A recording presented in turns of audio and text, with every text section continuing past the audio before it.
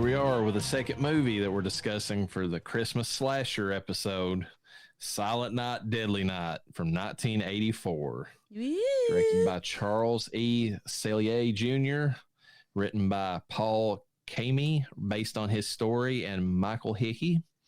Music by Perry Botkin Jr., made for a budget of $750,000 US.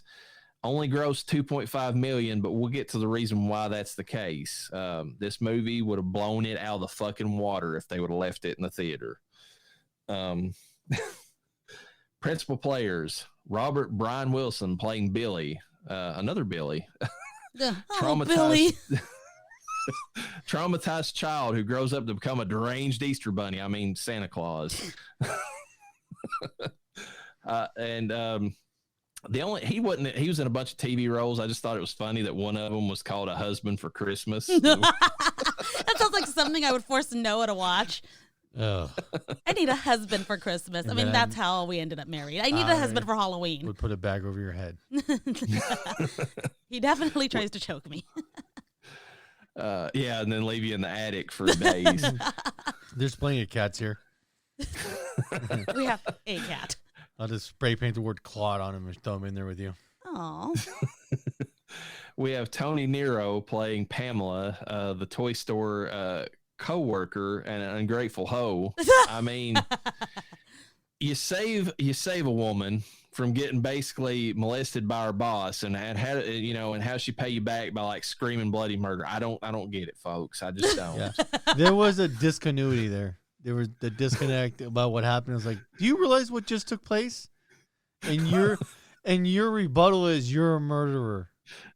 Yeah, exactly. It's you like, deserve to die at that point, ma'am. That's on you, ma'am. You asked for that. Did she? Yes. No, 100%. I would be terrified too if somebody like brutally like. What were you more terrified over? The dude trying to pin you down and have his way, or the dude that came in and saved your ass? Well, her titties were out, so clearly she wanted it. Right, whatever. I'm just kidding. From the murderer or from the rapey fucking supervisor? She was just one of many pairs of tits in this movie that gets exposed. This is a very boob-centric movie. Tony Nero was just, mainly TV roles. Nothing really stood out to me whenever I looked at her IMDb. But we have Linnea Quigley. God bless Linnea Quigley. Playing Denise, the negligent babysitter. There you go, another babysitter. Also, boobs, more boobs. She's That's hot. what you get with Linnea Quigley. And she was 80s hot. That's a different kind of hot. Yeah. Oh, yeah. That's more that natural type of hot. Yeah.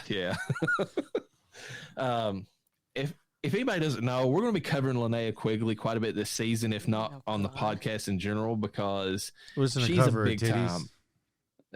Well, her boobs for one, but she's a big time 80s scream queen. Her boobs will be covered, but technically they'll only be covered because they're uncovered. We'll be talking about them. She's Return of the Living Dead. Got a very big nude scene in that movie.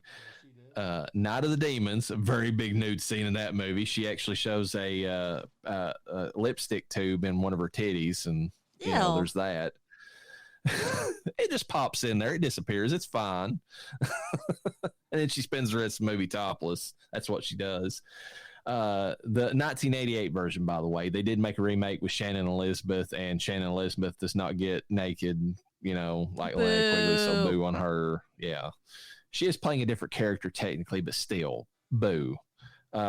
Graduation Day, Pumpkinhead 2, Blood Wings, Innocent Blood, Witch Trap, Nightmare Sisters. Nightmare Sisters is going to be an interesting one to cover during Demon season. You get the three hottest scream queens of the 80s looking as fine as they fucking can, going around basically being succubi and, like, you know, devouring men's souls in addition to probably other things. That's going to be an interesting one. Hollywood Chainsaw Hookers. You get what you get with that title. Which actually had the original actor who played Leatherface playing in that movie, actually played a speaking part for once. Sorority Babes in the Slime Ball, Bolorama, and then various other movies. Okay, so I'm sorry. We are absolutely not going to breeze over Clownado. I hate when that happens. Mr. Classic like that. You're fucking up. Yeah, what is wrong with you?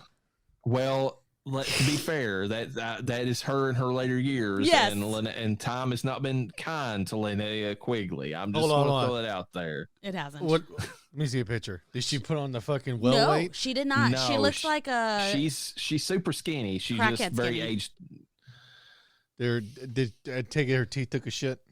She just. It's like I think she's like a smoker, or maybe like she did for years, and so she's got like the smoker's like wrinkles to Yeah, her, I'll see like if I real can. bad. I'll see if I can pull it up. Anyways, moving forward. Lillian Chauvin playing Mother Superior, who is a major contributing factor to Billy's insanity. And I will pause it. I will go ahead and throw it out here now. She is the final girl of this movie. Oh my God.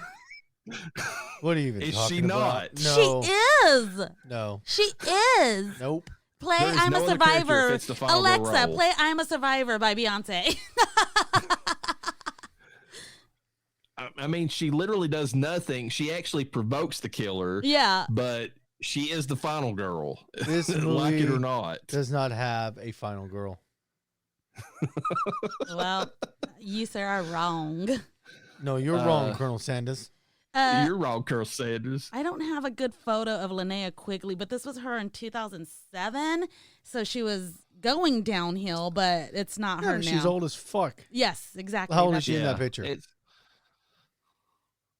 How long ago was 2007? We need something 15 recent. years ago. 15-ish years. So Can you she pull up was like a 2018? she was 50 years old there. Not that bad.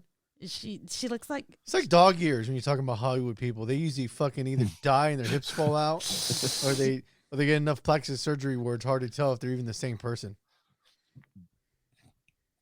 Well, Linnea Quigley's, just so you know, has been in a ton of shit, like lately. I mean, a bunch of like straight to not even video because they don't make that anymore, but like straight to Tubi. Yeah, my favorite movie she movies. was in, I heard you mention it before I got some water. it was Clownado. Nope. Was Demon Night. Not Demon Night, what's it called? Night of the Demon. Night of the Demon. God That's a damn. good movie. There are so many good titties in that movie. Oh, and There is. not to mention, there is. Not to mention, my favorite thing that besides the titty work that Linnea Quigley does in that movie, there's a scene for no reason at the beginning of the movie where she goes inside. I believe it's like inside of a convenience store, and to distract the guy who's working at the counter so that one of her friends can steal some food for the party, she bends over and she's got like this pink dress on and just these like thong like panties, and she's just bending over and shaking it for everybody to see, and like that's a good long time of. And of course, the guy's distracted. Hell, who wouldn't be? I mean, so You know what my favorite part of the movie is? It was when she shoves that lipstick into her nipple. it's pretty. Do I have to It's hear a pretty this good- one more time? I'm gonna fucking lose my shit. That is a classic 80s movie. It is. She did come back for Okay, the. let me the tell remake, you, by when the way. you're a young boy and you find something with that much titty that's not considered X-rated, you're watching that over and over and over and over again. You know why girls are so undersexualized when it comes to movies in terms of this was an awesome movie because I got to see dick? Because we didn't get to see dick You wouldn't until like it very anyways. recently. Okay, if you had a Chippendales on one corner that was open as much as a strip club and a regular strip club, what do you think's going to see more traffic? Well, the strip club. Even women will be going to it. Let's not kid ourselves. Okay, so if we're taking that perspective, people like to see titty and bush. Yeah, They don't want to see coconuts and fucking. There are women that branches. love to see dick. So Not on the scale that people like to see titties. So did they not put dick in movies because, or at least like naked, like guy butt, like butts and stuff? We didn't see hardly any guys' butts or anything either. Noah, she has confirmed to me that she is going to watch Sleepaway Camp this season. If she wants to see dick, she's going to see dick You're this gonna season. see it. I've seen dick in movie. Look at it. You stare. Sometimes you laugh. Sometimes you make a disgusted face. But you see it. And it's nice to know that it's there is all I'm saying, okay? I'm just saying. Because, like we don't. Titties are pleasing. They're nice. They're soft. They're delicate. Yeah, but we see them all the time. So girls and they never get fucking old. Not for you could guys. show I'm me talking your about titties girls all day long. I know. And I we will know. not get tired of them. It's so funny. I remember that Rodney Carrington like comedy skit that he did, and he was just like, he talks about going to a strip club down in like Florida, and he's like, basically they're haggard old bitches like during the day, like they're hanging down to their knees. So the old lady walks up to him and says, "Do you want to see? You want me put on a show?" And he's like, he said he looked at her for a second, and he's like, "Well, if you've seen one pair of titties, you want to see all the titties. So yes, go ahead, put the show on." I guarantee if we were hanging out all day long and I was giving you the helicopter action, and you'd get tired of it eventually. Me, you could just walk around with your titties out all day long. I would never say you should probably put a shirt on. You probably would if the kids were walking around. No, if I'm telling you, at a certain point, you're gonna tell me you should probably put some fucking pants on. Who, me? Yeah, that's eventually gonna come down the pipeline. That's the difference. Titties don't get old. I'm always trying to look at your wiener. I'll show it to you all day No, long. that is not true. He's always hiding his wiener from me. Any guy who gets out of the shower is hiding his wiener. This might be a shock to the Reverend because I haven't gone into the Scooby Gang and be like, hey, guys, do you hide your wiener from your wives? But like... When you show up for the shower, yeah. I take cold fucking showers. No, he does. He does take cold showers. Yeah, Yes, that's the case. Yeah, you need to be hiding that shit. You don't want to be looking bad. That's fine, but it's not just that. It's other times. But anyways, okay, moving on from wieners. Well, speaking of old titties, William Chauvin was in Predator 2, Universal Soldier, Catch Me If You Can, and tons of TV work. We have Gilmer McCormick playing Sister Margaret. She's the Dr. Loomis of the film. The only one that really seems to care about Billy. And that's sad, but she is. Yeah. Britt Leach plays Mr. Sims, the clueless manager of the toy store. And I'm just going to throw it out there. He's my favorite side character. He's got a lot in this film that you can't beat. He just does. He was in Weird Science, The Last Starfighter, and The Great Outdoors. The Great Outdoors. That's where we get to see the bear ass, isn't it? Yeah. Yeah. Big bear. Gets big shot bear. right off. Big bear ass.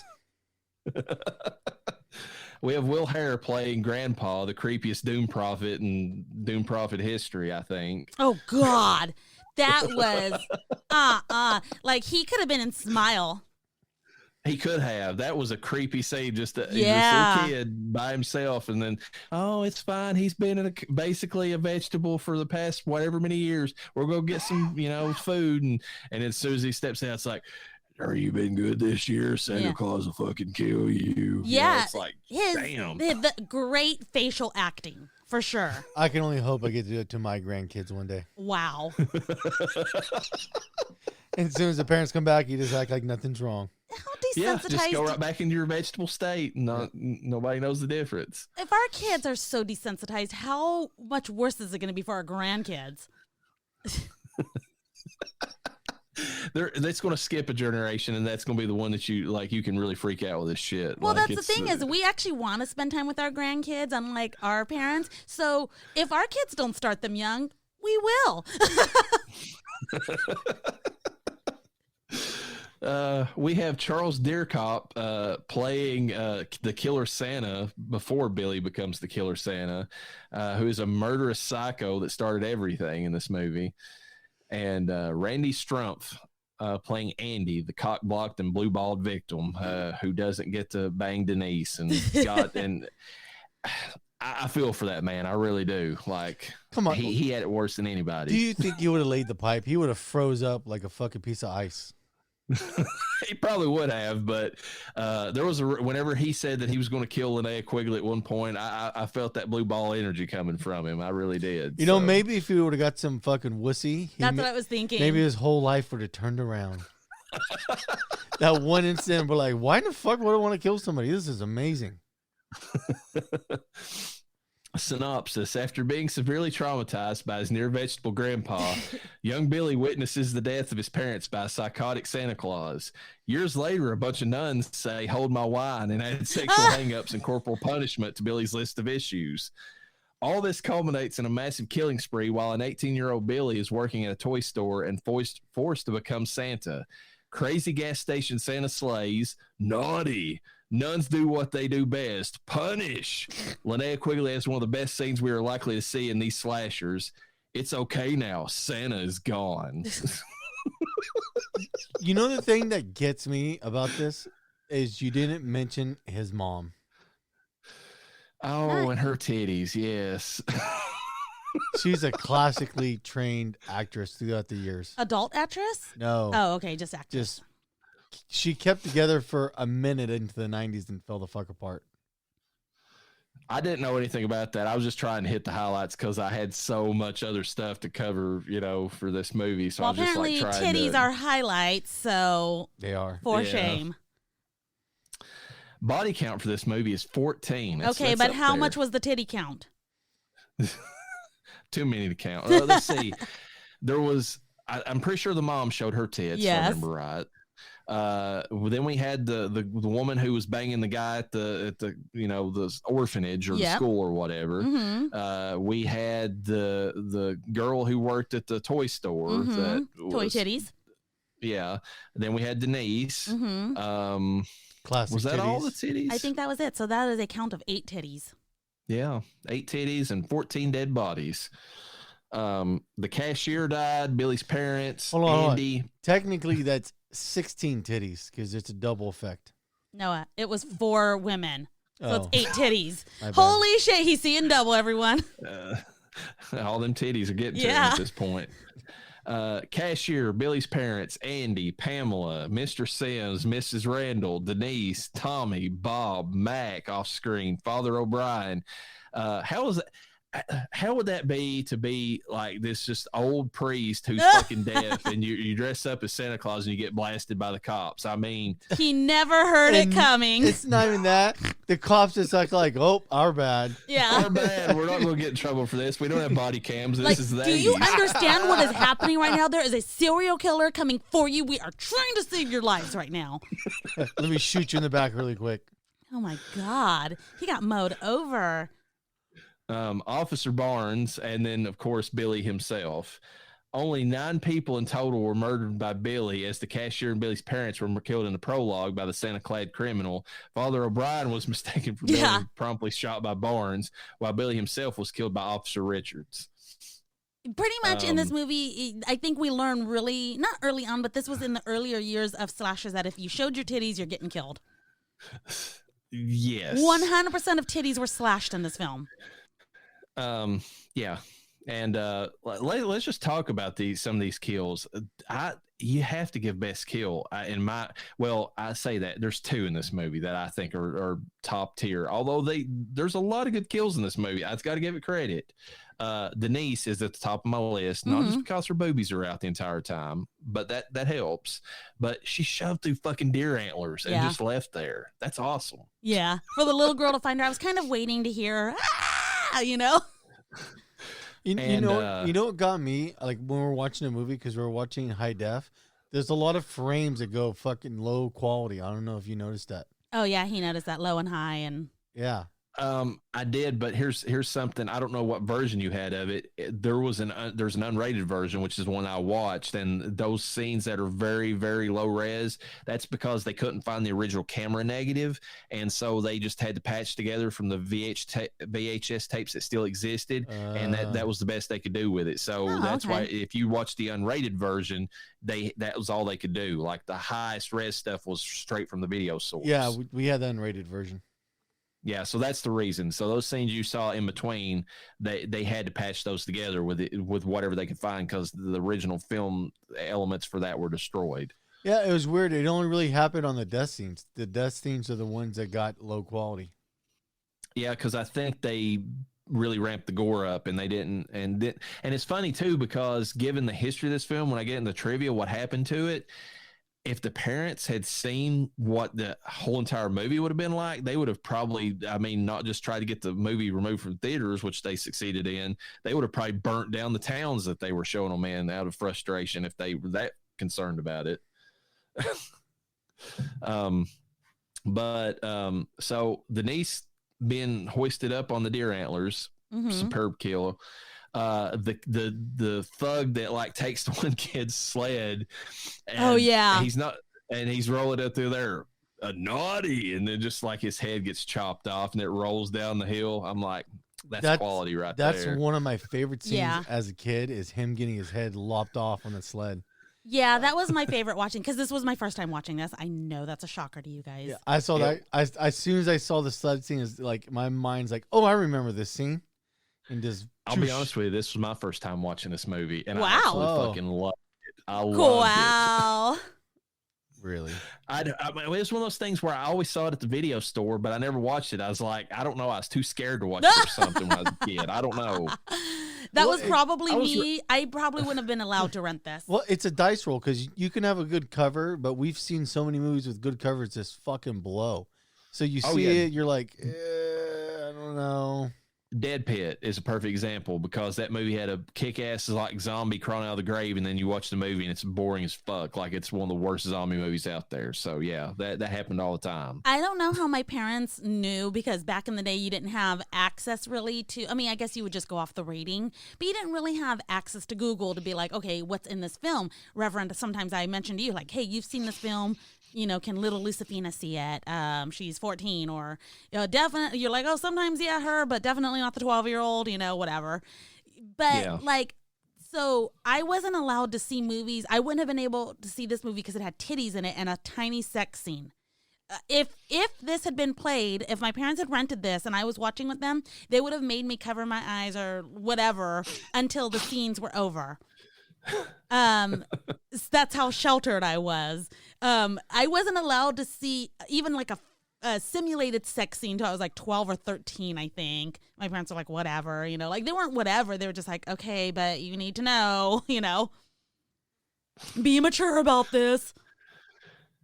Yeah, it's one of those things where I always missed the boat on this, because I thought it was a different movie than what it ended up being. Like, whenever I did finally watch it for this podcast. But it's funny, because I saw part 2 like last year. I saw it first because it was on Joe Bob's Christmas special, and I watched it, and so I didn't know what to expect from this one, because I knew this one was slightly more serious in tone than the second one, but it's not by very much. Yeah. Not completely, but yeah. Punish. The funny thing is that I didn't realize this in the new movie Violent Night with David Harbour. He says naughty a lot, and they say that that's a direct callback to this movie, that they're referencing this movie whenever he says that. Oh my God. See, I keep asking my husband, but I think after I said hot dad bod David Harbour, he was like, nope. You know what movie was hella good I saw? Was Christmas, Bloody Christmas. Is that the new one that's on Shudder, or? Yes, it's the one about the robot Santa. Yeah, the robot Santa Claus. Yeah, I've heard a lot of people they either love it or hate it, just because of the way that it was filmed, because they say that there's a lot of like lights and and the way that they're like very bright and phosphorescent, and like some people hate that for whatever reason. If you get a chance, watch it. It's good. Going back to the kills, I'm going to say that even though I did really, clearly I loved the antlers, and I loved the head getting lopped off, even more than the antlers, believe it or not. I liked watching the dream sequence where Pamela got her side sliced open, but then in real life it happened right down the middle of her stomach. Okay. Because I thought it looked so real, Yeah, well, that's the thing. I don't feel like any of the kills in this movie are bad, because even like the kills at the beginning when the Santa is like shooting that guy, at the cashier at the gas station, that's a pretty. Especially when he puts the bullet through the guy's head and like the blood's oozing out. Yeah. It's well done. For what they did with it. Yes.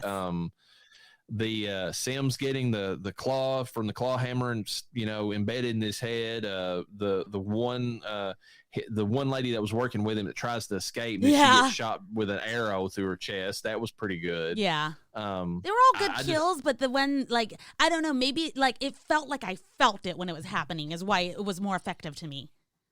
Yeah, well, that probably goes back to what we was talking about with Alice, Sweet Alice, where that's like it was a little bit more realistic, so you could associate the pain with it a little bit better than like some of the other kills in the movie, because the head getting lopped off, the antlers. I mean, they're out there. They're fun to watch, but they're not like anything you can really empathize with whenever you're watching the movie. Yeah.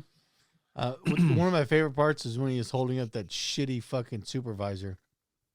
Just choking him yeah. with one hand. Yeah, that was so fucking epic. He just full on rage mode. He's been working in the back, lifting all these heavy ass boxes, getting shitted on. He's grabbing hold of that little fuck. Here's the thing: you get a guy who's been traumatized not once but twice in his life, because he's nuns at all, Mother Superior in particular, for years. All this extra, like, sexual baggage to his trauma and everything else. And then the fucker grows up to be like a beast. Like, I mean, he's just like, super tall, super well built. It's like, that's not a good, that's not the fucker you want to grow up to be a beast. I mean, it just is. And then you give him a manual labor job moving boxes. And then I don't know if Sister Margaret told Mr. Sims, but about the whole his past with Santa Claus and all that. But of all people, it's like, who can I get in the store to be Santa Claus? I know. Let's make Billy be Santa Claus. Totally. I mean, did the store owner know? Because I know as soon as the sister found out, she was like, "Son of a bitch," Oh yeah. I don't think he knew, and but I don't know if she didn't tell him because she was afraid he wouldn't get the job. Yeah, for being so fucked up. It would make sense, because like she was like, "Please, we've literally talked to everybody in this town. Nobody wants to hire him. They know he has a little bit of mental issues." It's just, I mean, it's so much that it's laughable, but at the same time, it's just enjoyable. It's like, how much more can you pile on this guy? Like, no wonder he cracked. Yeah. As far as the stuff we normally break down, like, acting, sound, and all that, I don't have anything fault this movie. It's fairly well put together for what it is. Like, I expect this movie to look like, because I watched part 2 first, so keep that in mind. I expected the first one to be dog shit, and I was actually surprised. I'm like, this is a well done slasher movie. I mean, it's the visually, the effects are not bad. I mean, the acting, you don't expect world class acting in a slasher movie. No, yeah, no, not by any means. So, and it's fun. That's all you want out of these movies. It's fun, fun and titties. Do you have anything to add to it, either one of you, before I kind of talk about part 2? Because I have to throw it in here. I'm gonna be a survivor and save myself to the end of the podcast or the show, so that way I don't get murdered out of this too soon. But also, I don't want to give away my thoughts. Okay. There's just a lot of good kills. But one of my favorite ones is when that cop gets the axe right in the chest. Oh, yeah. Dude, yeah, the one that goes down in the little basement or whatever, and he gets like the axe thrown right at him. I thought it was funny. This movie is like one of the first times that I saw like axe throwing the way that people do it recreationally now. It's like, that's maybe that's a thing back then too, but it was just kind of funny. I was like, they were, because the way he threw the axe at the wall toward Denise at one point, it's like, it reminded me of the axe throwers that people do just as like a fun thing now. Oh my God. Have you either one of you saw Silent Night, Deadly Night 2, Garbage Day? That's not the name of it, but that's what I call it. I was about to say, because I didn't hear that it was called Garbage Day, but from what I read about it, it's not great. I think I might have seen it. Do you have? Because you said there's like 5 of them, and didn't you get all 5 of them, yeah, babe? Oh my God, he's got all 5 of them in his possession. I started watching part 3 a while ago, right before the podcast. It starts out insane, and you've literally got the character being played by Bill Moseley, who's supposed to be the killer left over from part 2, Ricky. Which, speaking of that ending of the movie, can't leave that out. Not only do you have Billy, who's been traumatized, that little kid who sees the father, O'Malley or whatever his name is, shot in front of him, and then sees Billy killed in front of him, is his little infant brother from the beginning of the movie. Oh yeah. His little brother Ricky, who goes on to be the killer in the second movie, and technically in the third, because Bill Moseley, and it's the worst setup ever, because like he's shot by the cops in the second movie at the end of it, and they hint that he's still alive. Well, in the third movie, it's a completely different actor. It's Bill Moseley, who's been in a ton of stuff. He was, in all the Rob Zombie, movies like House of a Thousand Corpses and all that. He played Otis, so he's that guy. And played Chop Top in Texas Chainsaw 2. But he's got this big dome around his head, and it's like you can see his brains, and there's like blood percolating in there, and it's like that's how they've kept him alive. Like that's how part 3 starts out. Who kept him alive? The hospital? Some doctor at a institute where, and I don't even know at this point in the movie because I just watched the first few minutes. He has got this blind woman that he's doing like these sleep studies on, and she's supposedly psychic on top of everything else, and so he's trying to link her mentally to Ricky, who is in a coma, and that's what part 3 starts out with. Holy shit! But part 2, you all need to watch this movie. I swear to God, like it is so bad, it is good. It is like Troll 2. The acting is fucking. That is such a bad movie. Holy shit! It is, and this movie's terrible. But what do you say, Troll 2? Yes, it doesn't follow anything of what the Troll storyline's supposed to be. Troll was so traumatizing to me as a child. Troll 2. I forgot. The special effects are so fucking bad. Oh, they're real bad, yeah. So that's what Silent Night, Deadly Night 2 is.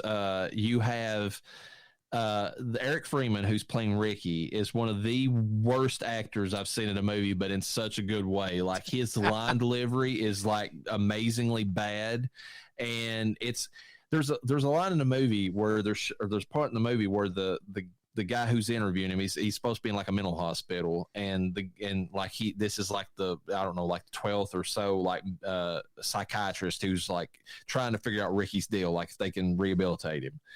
And he's going over Ricky's past, and he talks about the first time Ricky killed anybody, and it was this one guy who was out in the middle of this like property that was next to Ricky's adopted mom or whatever, like after she passed away. Like he was just walking the property, and this guy was out there, and he was getting ready to basically molest this woman. In this movie, the woman actually is appreciative but in a totally funny way. So the guy, Ricky, tells him it's like because he repeats the naughty line. That's, that's coming back to him. So he's like, naughty. And like, and it's a different actor at that point. And anyways, the guy gets up and he's pissed because he's like, let me take care of this real quick. Then we'll be back to you. And we're going to finish this, talking to the woman. So he goes back to his Jeep. Well, he doesn't see Ricky anywhere around. So he walks around a little bit. Well, he's right in front of the Jeep. Ricky hops in the Jeep, turns it on, immediately runs the guy over. The woman comes over. She looks at the dead body. She looks at Ricky, and she's like, thank you, and then walks off. just walks off. That's the first side the kind of movie you got. Now, this is after they've repeated, like they've shown actual footage he's given a backstory to how he got to that point, because they got to tell about Billy first. So you literally watch a recap, like for a third of this movie, of the first movie, scene for scene, like they just stole the scenes from it. And right after this, whenever it shows the part where Ricky runs the guy over in a red car, you see on the doctor's paper, he has written in big letters, red color car or red car or something. And then he it's like he's highlighted it. He can't find Ricky anywhere in the office, in the little room that they've got him in. And he looks around, and Ricky's suddenly beside of him, and he looks down and he looks back up the doctor, and he's like, red car. Good point. And that's how that guy's acting is through the movie. Like that's how he delivers his line. Yeah, bro. I can't. Fucking holy shit. There's a scene where right after that, whenever he sees these two guys fighting outside of his work, and like, of course, he's just like Billy, he's big and swole too. So, they both had to grow up that way. And these two guys are fighting, and I can't remember what it's about. It has no bearing on the plot. So the one guy beats up the other guy, and because he has to punish the naughty, because that's what he does. The naughty. He finds an umbrella next to this guy, and he sticks the umbrella through the guy and detaches it so it'll like expand, and it blows out the other side of the guy's chest, and then it begins raining onto the umbrella that's covered in blood. I'm like, this movie just keeps on giving. It's like the worst thing I've ever seen, but at the same time, you can't look away. Can we think of? Okay, hold on. it doesn't give any backstory to the initial character, how he's that jacked at 18 years old. It doesn't talk about him playing sports. It doesn't talk about him out working on a farm. He basically he lives as an orphan at this orphanage where he doesn't really do anything that would give him those kinds of muscles. No. Well, actually, in this movie, Ricky was adopted by this lady, and they moved to like California for some reason, and his adopted father died like about 5 years after they took him on, and then she passed away after that, and then but there's no between the time that he run over the guy in the red Jeep and then the time that he's all super swole outside of this business he's working at, there's no context as to why he's suddenly jacked versus the character that played him as a younger age. But the funniest line in the movie, it's so there's this whole arc where he meets this one chick. He thinks he's this badass biker at one point, and this one chick, about runs him over, and then she gets out of the car, and like he's sitting there, and he talks about how fucking hot she was, and she's not a bad looking, actress or whatever in the movie. But she has this dirtbag boyfriend, ex-boyfriend, and the guy starts giving Ricky shit at some point. So Ricky like takes the leads from the car and like attaches them to the guy's face and like fries him. And it's hilariously bad facts, but it's so bad it's good. It's 12 volts. What is that gonna do? It fries the guy's eyeballs pop out. That wouldn't happen. That's not. Oh my god! I'm just telling. This is the kind of movie you got. So the girlfriend freaks out. She's like, I can't be with you, blah, blah. She tries to run away. Ricky snaps the antenna off the car, wraps it around her neck, chokes her to death. Well, first of all, my favorite thing is like when he goes, he catches her next to the car, and right whenever he goes to rip off the antenna, she just looks at him. She goes, oh, no. And that's her line delivery for this. And gets choked out and dies. And so he's like totally like batshit insane at this point. He gets a gun. I don't even remember from who. It just shows up shooting random people that's around the area. This one guy, and my favorite part, and the reason I call it Garbage Day, it's the best line in the movie, meaning it's the worst. He's sitting there, and this guy just randomly setting his trash out in the suburb, and Ricky walks up, and he's got the gun there, and he looks at the guy, and he's like, "Garbage Day," and then he just blows the guy away. Like that's and it's said such a terrible way that it's great. Oh my god! And even better, right after this, there's a car that's coming down the street. He sees the car, he shoots at it. The car flips over once, and I shit you not, it fucking explodes. That's the quality of cars back in the day.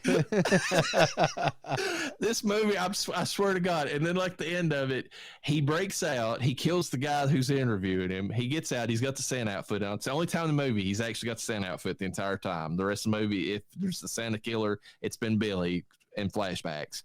So he goes to Mother Superior's house. Sister Margaret, realizes what's happening. She's still in the mix. So she tries to go, it's a different actress this time. Okay. And they set up that the orphanage burned down like a few years, and that's the reason, after everything happened with Billy. And so Mother Superior, to account for the fact that Lily Chauvin was not either didn't agree to come back for this, or she was already dead by that point, whatever happened. She's probably still been alive because this was in the 80s and she was in Catch Me If You Can. She just probably didn't come back. They had a different actress, so to cover that up, they gave her like these burn wounds on her face. It looks like leprosy. It doesn't look like a burn wound at all. It's awful looking. She gives Ricky shit whenever she sees him. He ends up chopping her head off, and it's funny because at the end of the movie, Sister Margaret comes in the room, and Mother Superior is sitting there behind like this table, and she's like, "Mother Superior, are you okay? Are you okay?" And like whenever she touches her, of course, it's the scene where like the seam separates and her head like rolls off or whatever. Ricky comes after Margaret with the axe. He gets shot by the police, falls out the window, and that's the reason he looks up, rises the credits, get ready to roll, letting you know that he's still alive to set up part 3. But I mean, it is. I'm telling you, like, there's so much bad in this movie that it just turns good after a certain point. Like, you're watching it, it's like the acting's terrible, the kills are not that good. Like, I mean, he shoots like half the people that he kills just with a pistol. Like, it's terrible, but it's good, because it's so bad. I can't. I'm gonna watch it. You have can to watch I it. wanna I'll hear what dream you have it. to say about it. But if I was, I mean, if you can appreciate trash movies that go so far and they try so much, but they just fail at all levels, and it's almost like the Ed Wood effect. Like, Ed Wood made like these terrible movies, but he got a cult following because they're so awful that people enjoy them. That's Silent Night, Deadly Night 2. And that's the show, everybody. Thanks for stopping by. No, there's trivia. We got other I'm stuff joking. to cover. But I'll just go with the trivia, and then we can give our reviews of Silent Night, Deadly Night, the first movie, the actual decently made one of the two. So it opened in the same weekend as A Nightmare on Elm Street in '84. Oh, yeah. And it actually outgrossed Elm Street. It was on record it was going to be a better movie, money-making movie than Elm Street. What? But yes. Let's see. It was playing in more than twice as many theaters as Nightmare at the time, but the gross fell about 45% by the second weekend, even before the film was pulled from the theater. So it was on track, but then but I guess like people, started, like, word started getting around, and like, there was a bunch of parents that got pissed off. So what happened was that the release of the film was picketed by angry parents who were not happy to see Santa Claus depicted as an axe murderer, despite the fact that Tales from the Crypt in the movie in '72 had done the same exact thing, and Christmas Evil in '80 had done the same thing, a few years prior. Those angry parents formed a group called Citizens Against Movie Madness. Oh, my God. And in addition to picketing, also asked oncoming patrons to sign petitions to have the film removed from the box office. As a result, box office receipts plummeted once the film was pulled from theaters after barely 2 weeks, and the film was shelved for another year when it was released on VHS uncut, which has since gone out of print. So a bunch of angry, pissed off parents did one of the first major cancel cultures on this movie. Boo. All of the film's TV ads were pulled off the networks because of the trailer showing Santa carrying an axe, which practically depicted him as a mass murderer. This motivated parents to protest the film, resulting in it being yanked. The founders of the Citizens Against Movie Madness hoped to use the victory they secured in getting Silent Night, Deadly Night pulled to challenge the film industry on the amount of violence for other films as well. However, the group would fall apart shortly after this film was pulled and will never live up to its founders' dream. So these fuckers were going to go around picketing other movies and doing the same thing at the time. Damn. Well, did it say how they fell apart? They just, I think they couldn't come together on like who their next target should be, and like, they couldn't really raise the zeitgeist like they did. Yeah, we should ban this one. Well, I don't agree with that. Yeah, fuck you, Susan. You're not part of the fam. Yeah, all of a sudden when you start banning the things, that's where banning shit goes sour, because people have different opinions. It's subjective. So you might coalesce around one thing you might want to ban, then all of a sudden the goalpost moves in the direction you don't like, and you're like, fuck that. Why are we banning that? Then all of a sudden, shit goes off the rails. Yeah, I can only imagine, like, back in the day, like, I want to get this movie pulled. Why? Well, it's got a gay guy in it. It's like, I don't think that's cool, Steve. I don't think we should be doing that. Just on and on and on. I can imagine back in the day, that's probably what they talked about. Oh, yeah, I can imagine. Producer Ira Barmack had to buy back the distribution rights to the film after TriStar pulled the film from theaters amidst the controversy. TriStar also rescinded deals with RCA Columbia for home video and HBO for cable distribution. Damn. At a 2014 screening with Beyond Fest and Death Waltz Records, executive producer Dennis Whitehead stated the main reason for pulling the film may have actually been because Columbia TriStar was owned by Coca-Cola and they wanted to avoid offending the company since Christmas was a major advertising holiday. Oh, that would make sense. So, yeah, and I mean, I don't know if you saw that. I don't know if I sent that TikTok to you, Llareyna, about how the one girl was trying to say that Santa was a newly created god. A Nordic, yeah. Yeah, and but American because of his basis from Coca-Cola kind of created the modern image of him. So you imagine the people who created the modern Santa Claus would not have been happy with a killer Santa Claus. Yeah. When asked during a 2015 interview about all the protests surrounding the film when it came out, Linnea Quigley said, "Oh my God, I was shocked when my manager called me in Mexico, where she was filming another movie, and said that I was like, are you kidding me? I mean, to me, that was just another horror film. I couldn't understand it at all." Of course she couldn't. She was very desensitized. She was in all kinds of scary movies. She didn't give a shit. If anything, I'm surprised she didn't get protested against it for being in a movie where Santa and titties are depicted in the same film or on screen at the same time. Get that horror Babylon out of there. Yeah.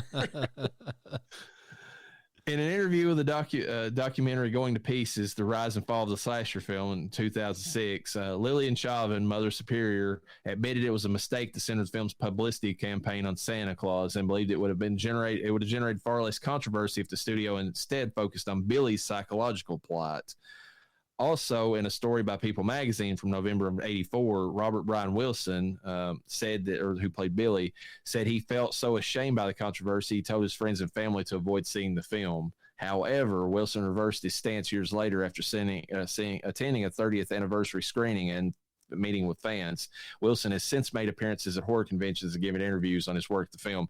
I think I don't know if he necessarily had a coming around just from seeing fans. I think he probably did like a lot of like these B movie actors who, you know, like they start seeing like the amount of cash you can get at these conventions. Yeah. Like, yeah, I love this movie now. I love it. You know, it's like naughty. Money. Yeah. Shut up. Many of the kill scenes were directed by editor Michael Spence due to director Charles E. Cellier Jr. being uncomfortable with handling the gore-heavy parts of the film. That's hilarious that the director couldn't stand the gore, so he's just like, "Hey, editor, come in here and film these things. Can you handle this for me? What the fuck? Oh my God. You wussy.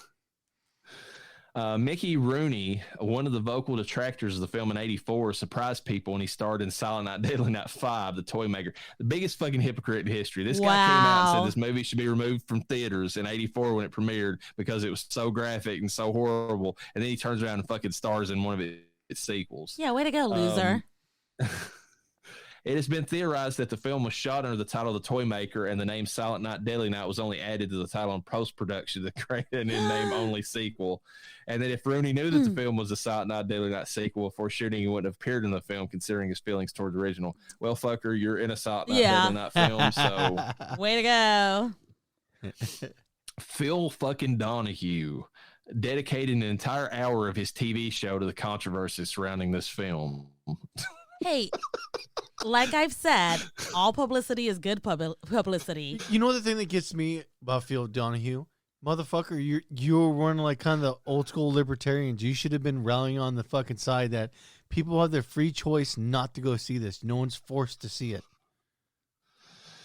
Yeah, I mean, it Phil, doesn't say in the trivia that he sided with the parents, but still, like, yeah, he should have been the one. Like, but Phil Donahue is one of the few people that would put on Anne Rand on TV and have her. That is true. Yeah, so it's wild that you take a position like that, trying to play that position, like, oh, you know, this is kind of bad. It's like, well, dude, buddy, it's a free market. No one's forced to go see it. Yeah, the decay of modern society's morality, blah, blah, blah. Yeah, some horseshit. Composer Perry Botkin Jr. improvised most of the score while watching a work print copy of the film on Betamax. Afterward, he'd replay the tape with his work and add more layers and melody to polish it off. To protest the film, here we go. Critic Gene Siskel read out loud the names of the companies that owned distributor TriStar Pictures on his and Roger Ebert's television show, and then said, "Shame on you." He also called out the writer, director, and producer and said, "You people have nothing to be proud of." Do you remember when people used to use them as some kind of fucking metric to determine if something was worth watching? I still remember. It's like, well, Gene Siskel thinks it's a great movie, so it has to be. Every time I remember. Do you remember the Critic when it came out with John Lovitz? It stinks. Yeah, that's all I could. After they did that, all I could think about anytime I see those guys is that it stinks. I used to love the Critic, and now look at me. Oh man. The axe that gets embedded in the wall that Linnea Quigley is leaning against was real. So they actually threw a real axe at that wall next to her. Holy that's cool. She still had those titties out. She didn't care. Did they have a professional axe Yeah, thrower? Like, what the fuck? That's a wild move. Graphic designer Bert Klieger created the infamous poster art of Santa going down the chimney with an axe. That is a badass poster. I love it. So Yeah. do I. That was an awesome fucking image for it. I mean, I like the image of Claire, with the bag over her head, for Black Christmas, but this trumps it all the way around. Since the film's re-release in the spring of '86, almost all advertising of the film, only excluding the Fangoria film's re-release in 2013, and the cover art for all U.S. video releases has focused on the controversy it created in '84. Had the movie stayed in the theaters longer, TriStar Pictures estimated it would have earned well over $20 million. So like in today's money or at that time? I would assume they're probably saying for that time, because Yeah, that's that what I'm would have been thinking. appropriate. Yeah. What did Nightmare on Elm Street end up doing? Pulling it up right now. Well, because that would have been the kind of the barometer to a degree of what the success kind of might have been like. I'm kind of curious what that would have came up as. Okay, hold on. I'm pulling it up right now. And it's hard too because Nightmare on Elm Street was able to ride a success wave without being pulled. Okay, so Nightmare on Elm Street had a budget of $1.1 million. It grossed $57 million, while box office is $57 million. I'm curious what it did like throughout its life. It had to do good, man. That was such. I wonder how well it would have done though if this was playing opposite, because one or the other would have got the money at the time. So I'm wondering, both of them probably could have got it too, because I would have. Well, that's not true because there's a lot of theater hopping going on back in the day. Yeah, that is true. You go to see one of them, you jump into the next one. I think it's hilarious that parents didn't want an evil Santa Claus, but they're perfectly fine letting their kids go to a movie about a child molester. That came back with demons from the demons. Yeah. In their dreams. It's way more realistic. Priorities, people, priorities.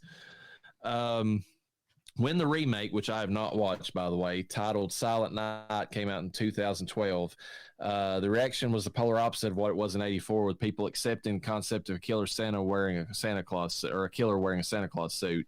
This may have also been the reason why Fangoria Films decided to re-release the original film in 2013, which led to the film finally appearing on paid cable channels in 2014. It was 2014 before this movie came out on cable. That's a long fucking time for acceptance. Different times, people. Different times.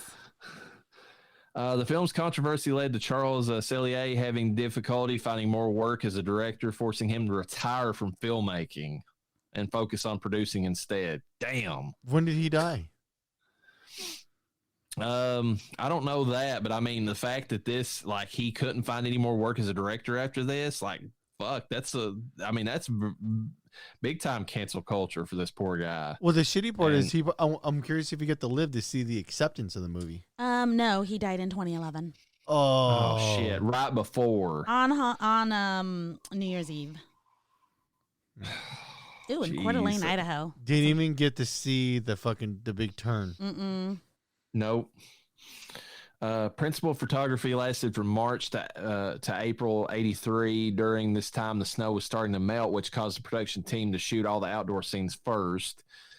The orphanage building was an abandoned schoolhouse that the crew had renovated for the film. It was demolished shortly after filming concluded. Wow.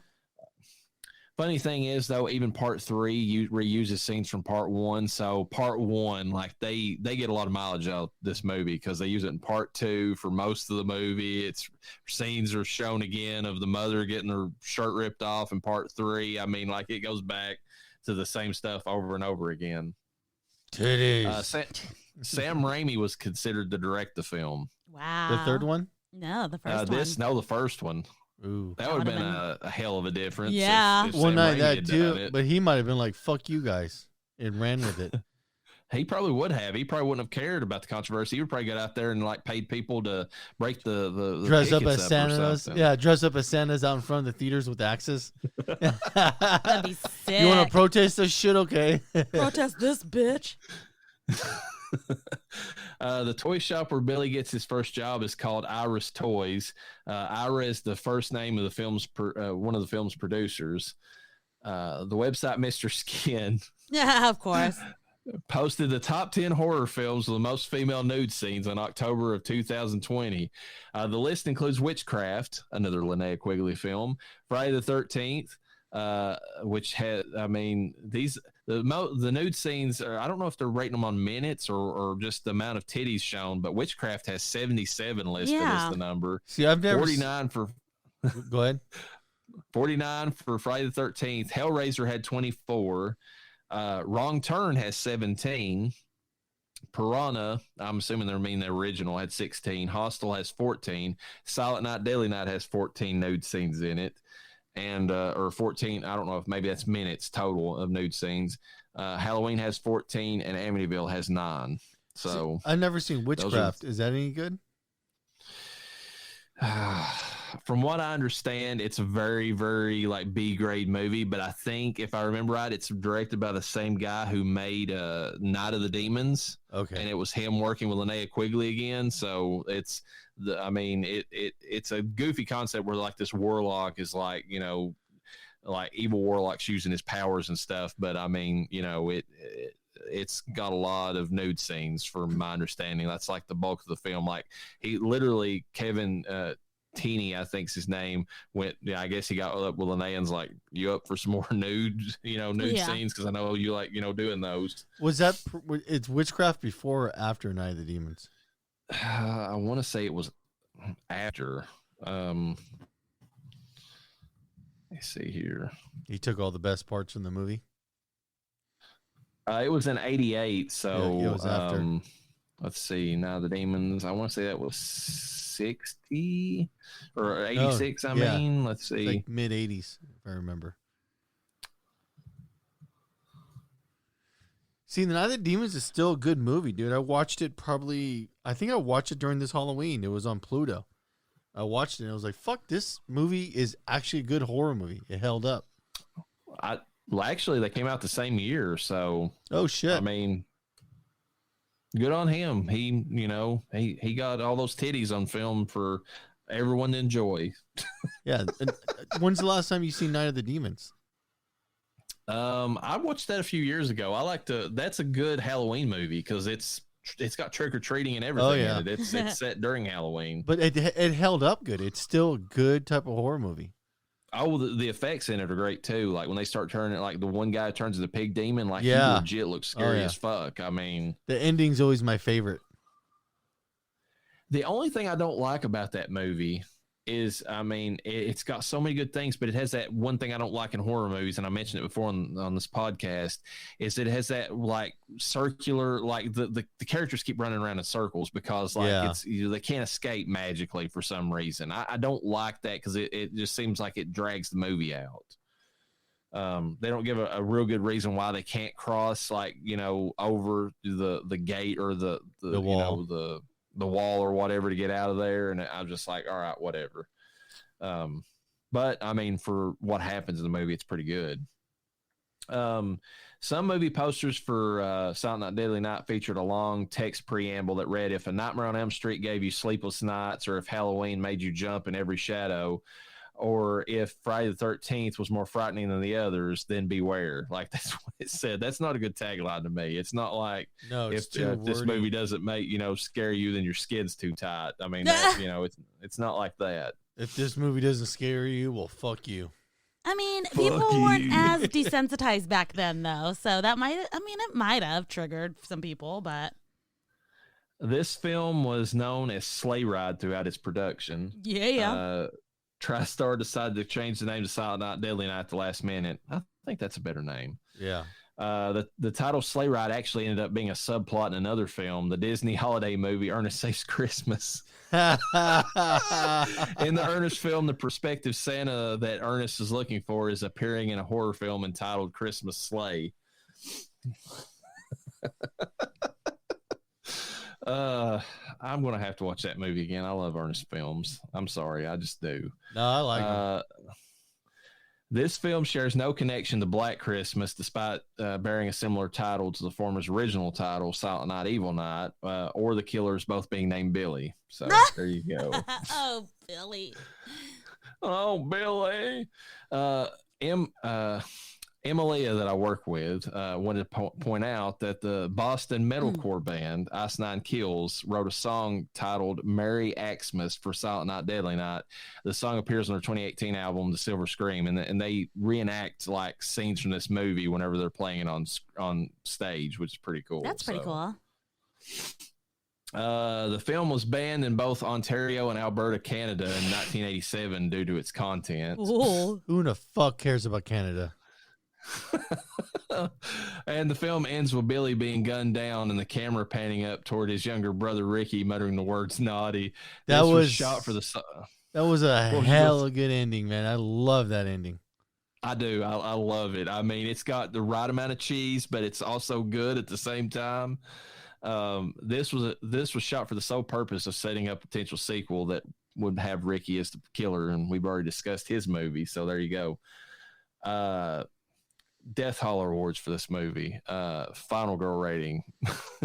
Noah says there is no final girl. I could almost accept that, but Mother Superior, how is she the final girl? She is the final girl. No, she would be considered the actual bad person in the entire equation. Oh, well, she is. She is listed as, in some of the articles I've read, she is listed as one of the villains of the film. Yeah, but she's probably a virgin. She's pure. You would assume. You know, according to... I bet she was going ham with herself in that room. Especially after catching that supple fucking. Probably beating herself with like a whip or something while she's doing it. I mean, she gave that vibe. You like that, don't you, bitch? But did the killer know that? Probably not. I mean, I don't know. She's just lucky is what she is. Yeah, she is not a final girl. She's a villain. She is a villain, but that's not to say that the final girl can't be a villain. I mean, it's not traditional, but that's not to say that they can't be. The funny thing is that like although she does have balls standing up to Billy, because she like literally doesn't back down from him when he starts like, you know, raising the axe to chop her. I mean, like she doesn't actually do anything to take him out. So, I mean, she's pretty terrible as a final. She's a terrible final girl all the way around if she is one. I'm just throwing it out there. But even like taking the killer out, that wasn't her. These are the days of establishing a final girl, though. We're not quite there yet. Well, we are at this point. Oh, I mean, yeah, this we is are. way into the 80s. So we've had Michael, you know, with Laurie Strode. We've had, I mean, this is the same year that Freddie and I think it was, is it Nancy? I think is her name in that movie. Yeah, so like, this is essentially there's established final girl. We have one established final girl. I would say Sister Margaret's more of a final girl. She's like a Dr. Loomis type, though. She's kind of in between, because she's the one that's trying to keep Billy on the straight and narrow, but at the same time, like she's trying to look out for his like mental safety. She's never in any well-being. danger. At any point, she's not in any danger for sure. Mother Superior is. Yeah, he doesn't go after Sister Margaret. He knows, and I mean, and she's a good-looking nun, so let's give her due. I mean, she's killer rating. Billy the Santa Killer. He's pretty good. He's pretty good killer. I mean, he is. Yeah, I mean, he checks all the boxes. He's mentally disturbed. He's fucking jacked. Yeah, he's jacked. He's got the strength to do. He's got the will. He's been lifting boxes in the back without fucking forklifts for the last year and a half or last 6 months, getting ready to go on a murdering spree for Christmas. Yeah. He's got the sexual repression that you need to set up a good killer. I mean, that's the thing for like actual serial killers. That's the biggest thing. It's going to be mental retardation and it's going to be sexual repression.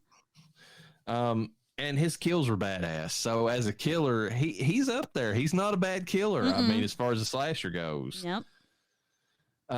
Best kill, I got to give it to Denise. I know the guy getting his head chopped off is good too, but those titties, they're out for full display the entire time she's hanging there. So got to give it to Denise. I stand firm on Pamela because her titties were still out, but the kill was more realistic. I like a good old sleigh ride. The sleigh ride kill was pretty good. Yeah, it was. and that could be realistic too. I mean, it's not, but I mean, it could happen. His taglines is what sells me on his kills more than anything. The kills, yeah, they're good, but the taglines, they're like they're the best. Oh, I love it. Punish, naughty.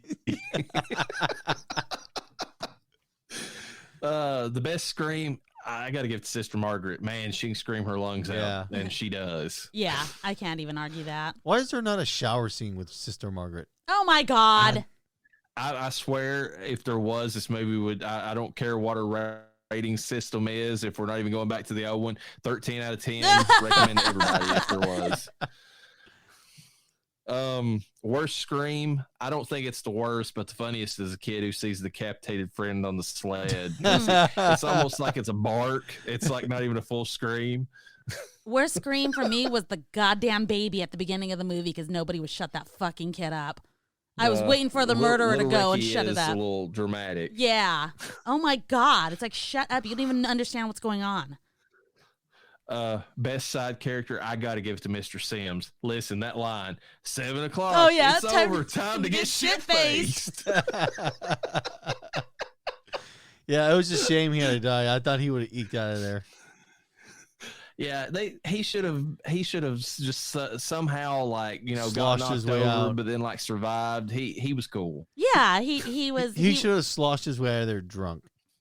Yeah, he was an innocent victim. Best boobs, Denise. And that's tough because this movie was full of good boobs. The mom, I think the mom's tits were nice. Yeah, the moms were nicer to me. They were a little bit fuller. Denise was just, she's in shape, but she's like super skinny. And you know me, I do not like small titties. I know. I was wondering what you'd say about that whenever I saw how skinny Linnea was in this movie. The problem is her titties look fake. And they probably are. We were, fair. If she doesn't have fake titties then, she definitely has fake titties now. It's hard to tell. They were a little more jigglier than fake titties, especially back then would have been. So it's possible that they were real. And then as she got older, she definitely got some fake, Tupperware titties. I like natural titties. They feel good in your hand. I just the reason I list her is because she was willing to put them out there for I swear to you, it was like 10 minutes of this movie. It felt like she just had them on full display. Okay, you know what I didn't understand? She went to the front door without a goddamn top on, but she put her shorts on. They're shorts that were shorter than her underwear.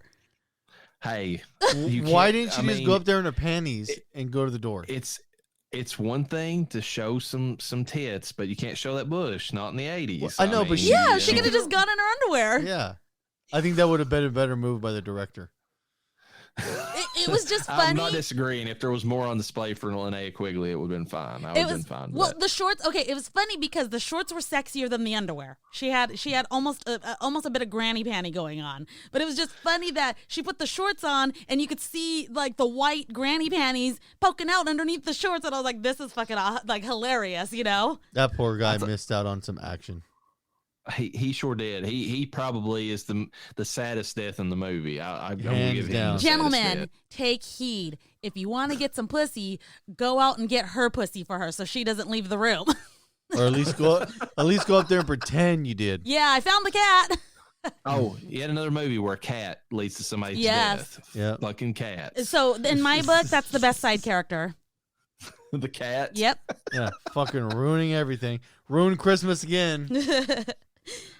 How annoying is the Doom Prophet? Oh, Grandpa kicks ass. He's not annoying. He's not annoying. He's creepy. Yeah, he's just creepy. So he's a necessary Doom Prophet because you rarely need one, Yeah, it couldn't have a better setup. Like just the way he came, he came and he went in the movie and he served his purpose perfectly. So no problems with him. That's how Noah's gonna be as a grandpa. I could just see it. Like he's fucking crazy. He's not even talking like that. He'll talk. He's just pretending not to talk because he doesn't talk to me. Really? Dumbest decision to me, it's Mother Superior making a traumatized child sit on Santa's lap. That part following by was epic. Sister Margaret getting Billy a job at the toy store during Christmas. Like those are both really dumb. The best is when he punched the fucking Santa. This fucking... And then the guy looks up like, "What'd I do? What the fuck's wrong with this kid?"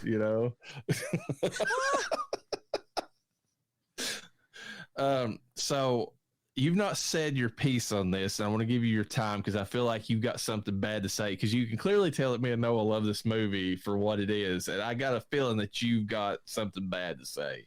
Shall I just kick off the rating so I could just like verbal bukkake right now? Well, I mean, we don't officially rate these, but just, say how you feel about it. I loved this movie a lot.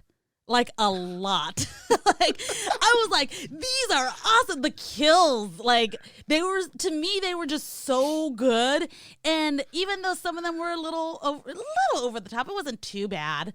Like, her getting hooked on the antlers. It was cool to me. It wasn't like crazy or cheesy. I was like, he was fucking jacked up on something, man. Some Mountain Dew, You know what would have been the over the top move if he had hung her off the antlers and then the fucking thing collapsed and fell down and impaled her even more. That would have been cool, but then they would have had her still hanging up there so they could show more of her tits. So and she was on full body display, so it served its purpose. And I was like, man, because you guys have to know that I did not like Black Christmas a lot. I mean, it was okay, it wasn't terrible. She likes that white Christmas. Yes, it's the superior Christmas. It was the mother superior Christmas. Black Christmas was definitely a snooze fest because I fell asleep at the end and had to rewatch the ending at work. Fucking what? Yes, you saw me fall asleep. You're like, are you sleeping? I was snoring. I know you heard me snoring. I heard myself snoring. Hell good. I just didn't look at. All I'm saying is I liked Silent Night, Deadly Night more. I stayed awake. It does not rate on the snooze fest rating. Black Christmas is more of a classical type of movie. Well, good for it. Anyways, go. You heretic. I loved Silent Night, Deadly Night. If we were gonna rate it unofficially officially on the Rotten Corpses scale, I would give it a good 4.5 out of 5. It will definitely. It gives me more incentive. It gives me a little bit more. It makes me a little more excited to watch slashers because they're not my thing. I mean, I'm happy that you liked it because I was watching it and I was like, I feel bad for her if she hates this because this is the quintessential thing that people come to slashers for. There is everything in this movie that you could possibly want. I loved it. I think here's the thing though, is because the deaths looked so good. I don't care if a death is over the top. If the blood looks hella fake or the body looks like it's plastic, like obviously Art the Clown when he's ripping that one girl apart, it's just everything looks so plasticky and fake. Whereas this looked legitimate. I mean, every single death looked legitimate, no matter how over the top it got. And I appreciated that in the film. So, I wonder how you're going to react to Freddy when you get to him because I know. I remember some of the way out there, but the effects are done so well. Like it's some of them I remember looking. Again, I was younger. I remember some of them looking cheesy. So we're gonna have to see how I react to that. It's gonna be a rewatch. Fuck? So I'm not saying they weren't good deaths. Linnea Quigley was in one of the Nightmare films too. First one, wasn't it? No, I think she was in 3 or 4. Whenever he opens up his sweater at one point, and there's like the souls that are like in there. I think she's like one of those. That's my favorite one. Remember? The Dream Children, Dream Child. Yeah, yeah. I remember telling you about that. She's in one of the movies. That's the third one, isn't it? The Dream Warriors is part 3, and God, that's that is probably one of the best sequels in a horror franchise or a slasher franchise that we'll be covering because it takes everything from the first movie, improves upon it, and it adds all the stuff that Llareyna liked about this. Like the one-liners are better, the effects are better, like the whole thing. Oh, don't get me wrong. I thought the one-liners were cheesy as fuck, and I was like, ugh. But, I mean, I didn't hate it. Naughty! I just kind of, here, let's put it this way. I just kind of ignored it because I was just, like, enjoying the actual That's kills. what I'm going to do next time I'm having sex. I'm going to be like, punish! Your microphone is cut off. That is it. Oh, yeah, I can't disagree with anything you said. I'd probably rate it 4.5 too if I was giving it the old scale, just because it's a fun fucking movie. Like I hate that this movie was like canceled. Yeah, I feel bad. Years ago. I'm glad that the actor didn't go into he might have gone into a depression, but some actors are just like, they fucking completely lose it. And obviously some can kill themselves or they just never able to make a return at all in any capacity. So I feel bad that he was kind of, shunned that way. And he was good as the killer. I mean, Yeah. like he, there was nothing I could say about his acting that was bad as far as like what he needed to do is the killer. Yeah. So. Anything left to say before we get out of here? No, I think we should discuss though. Okay, so this is the Christmas one. Are we taking a little winter break? Are we reviewing another film before we get into Friday the 13th, which is in January? Christmas, Bloody Christmas. He needs to watch that. We'll review that one. That's a good slasher one. Okay, that was not on the list. We might consider it. Just throw it in as a caught one. Well, I don't know if we're going to be getting in the studio. Oh. What was the plan originally? We were originally going to try to do an extra episode with Violent Night. Oh, yes. We're trying to do that. I just, for some strange reason, it's not available to me, unbeknownst. It's at the theater, God damn it. And then we were going to watch something else, too, we just discussed the other day. And we were going to try to squeeze it in next weekend.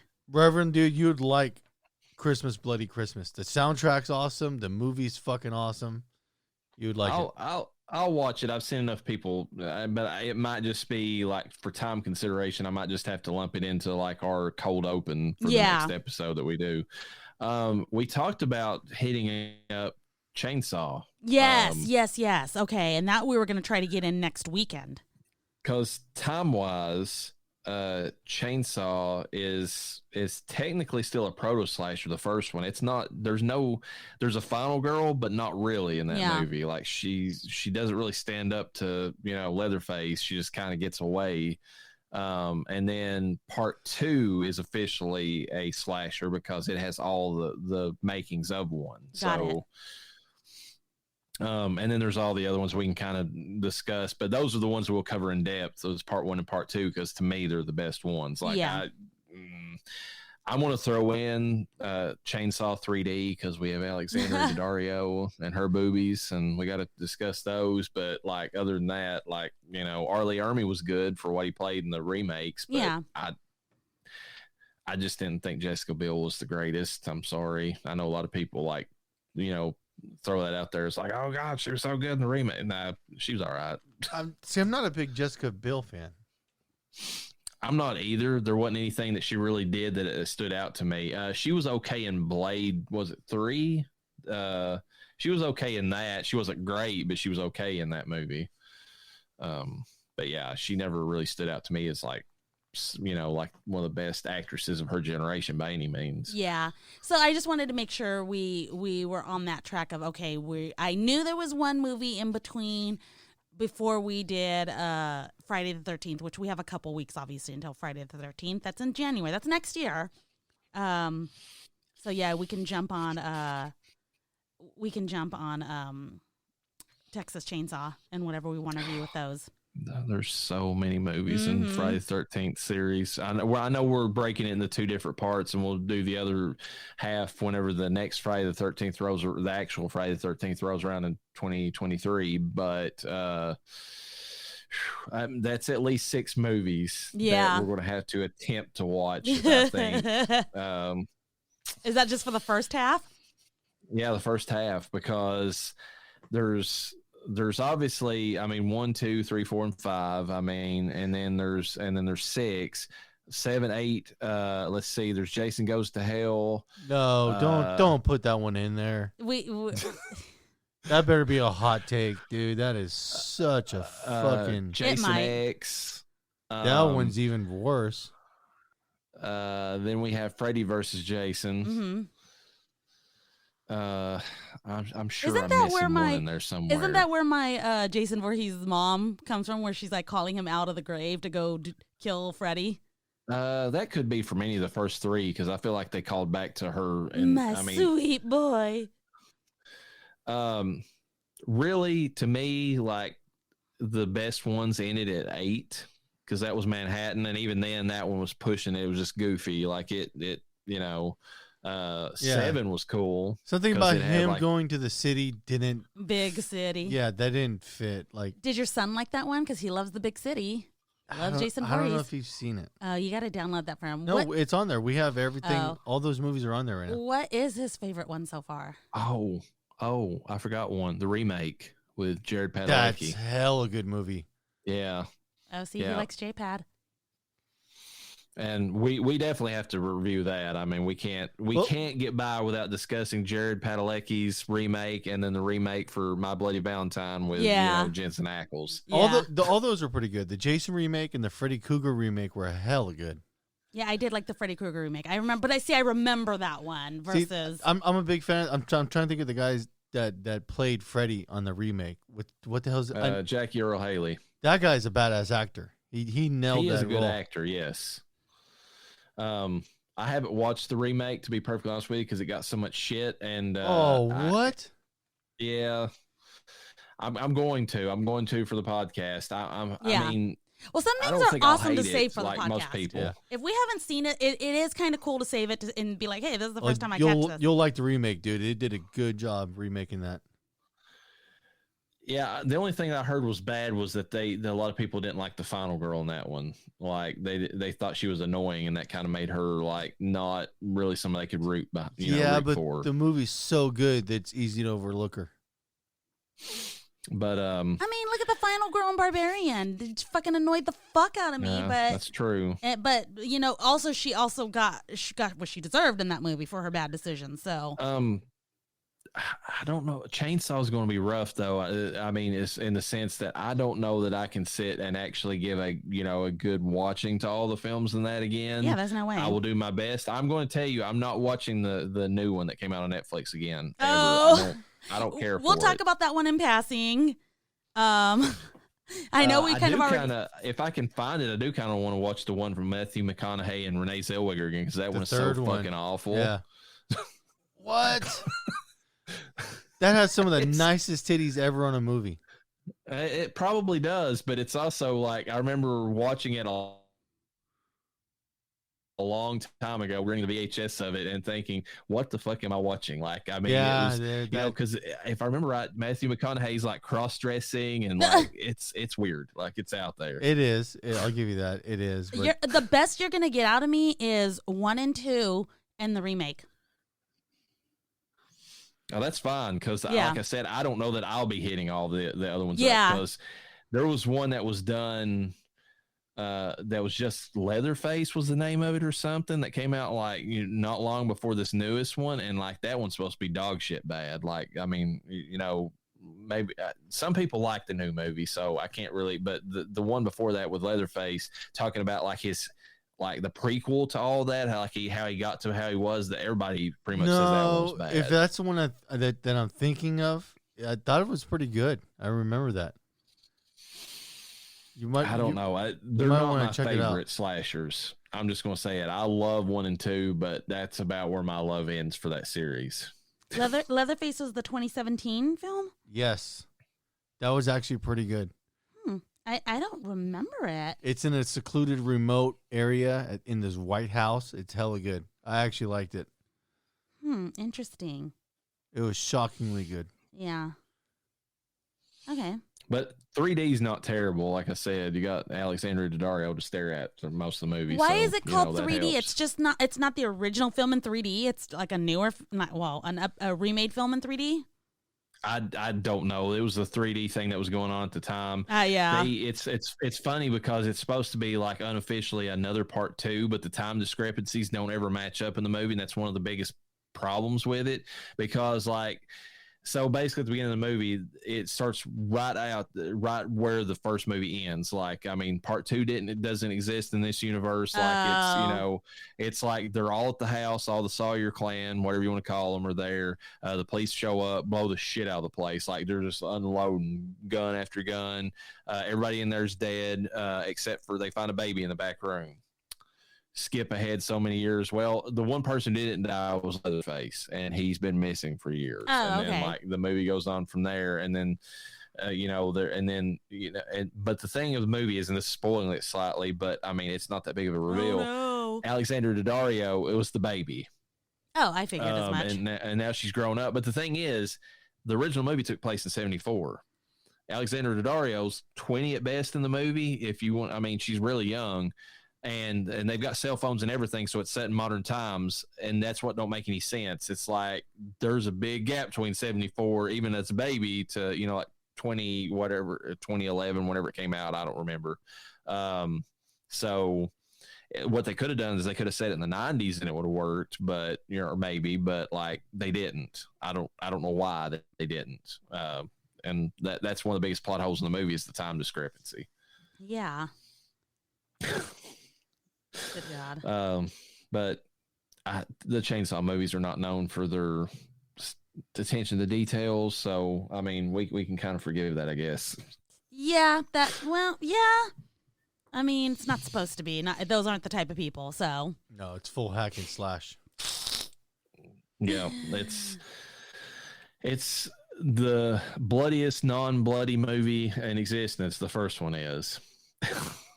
There's no blood shown in the movie the entire way, but everybody thinks there is. Well, because of the way that Toby Hooper cut it.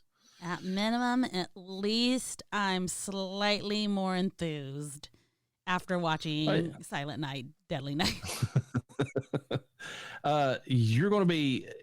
Part 2 is like Silent Night, Deadly Night. I don't know about part 1. That is more like, to me, it's like, seriously, the first Chainsaw is like watching a snuff film. Like you're watching a documentary more than you are an actual movie. That's what I thought, and I think that's what I remember liking about it. I do know for a fact that the remake, I liked how that one ended. Or maybe it was the first one where it ends just on his face, and we're like, this is the only footage ever of Leatherface, and they made it seem like it was a real thing, and I was like, The first movie ends with the final girl, if you want to call her that, in the back of a pickup truck. She's stark raving mad. She's just laughing to herself. Mm-hmm. It's driving away, and then Leatherface is still doing his chainsaw dance, like where he's swinging the chainsaw around, and then it just, kind of like pans out from him a little bit, shows like the sun setting behind him, and then it goes. That's how the movie ends. So it was the remake then. So I do remember liking that, so... Anyways. Well, that's what we're covering next. So that was a long rant. Yeah. With that, peace be with you. And with your spirit.